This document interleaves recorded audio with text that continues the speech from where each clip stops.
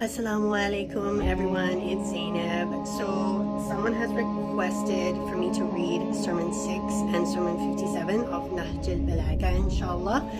So in this video I'm going to read Sermon 6 and I'll make another one for Sermon 57, inshallah. Okay, so in the name of Allah, most gracious, most merciful, all praise belongs to Him, and peace and blessings to Prophet Muhammad and his pure family. So I'm going to read to you Sermon 6 from Nahjul Balagha.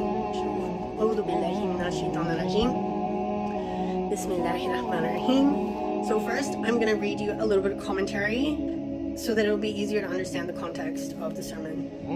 Okay.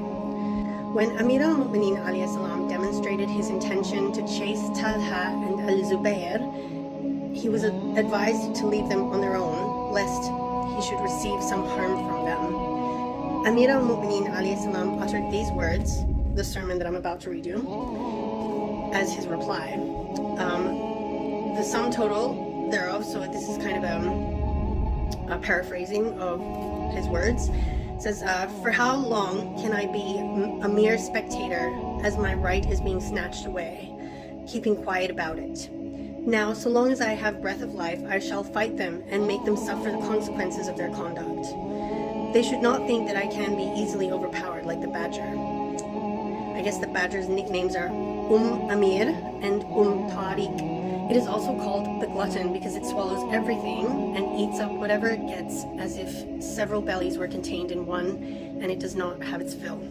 It is also called Na'thal. It is a very simple and silly animal. Its slyness is apparent from the way it is easily caught. It is said that the hunter surrounds its den and strikes it with his foot or stick and calls out softly, "Bow your head, Tariq.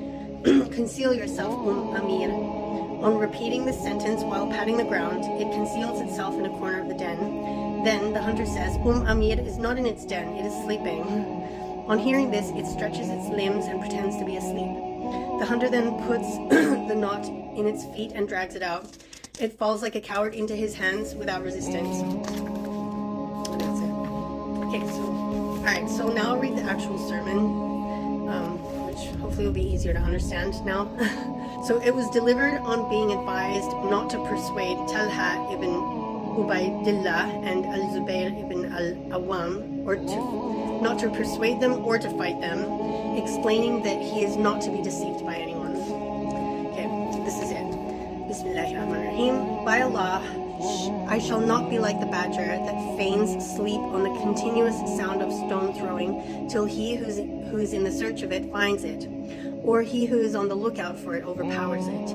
Rather, I shall always strike the deviators from the truth with the help of those who advance towards it. And I shall pursue the sinners and the doubters with the help of those who listen to me and obey till my day of death comes.